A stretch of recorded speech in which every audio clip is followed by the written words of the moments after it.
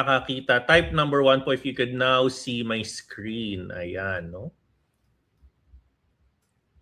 Alright. So, mapapansin mo, if you zoom out, no? If you zoom out on the chart, masasabi mo sa sarili mo na valid yung chart eh. Kasi talaga naman, tingnan mo naman talaga yan.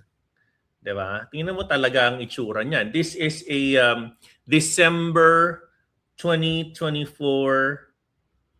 support. This is a multi-year support.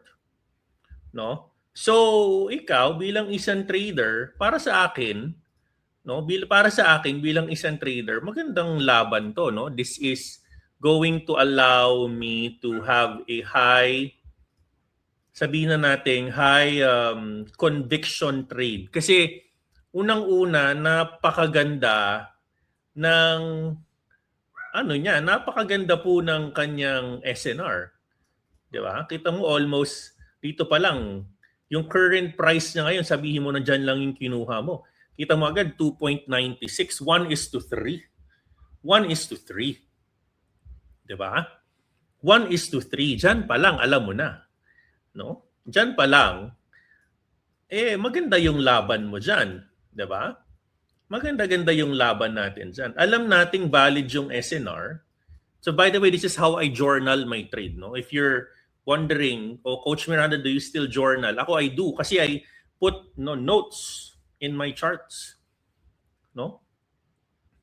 Alam ko valid siya kasi pati yung future price niya, tingnan mo mabuti yung chart niya ngayon, 'di ba? Yung chart niya, yung 'di ba dito ako nag-SL sa candle na 'to.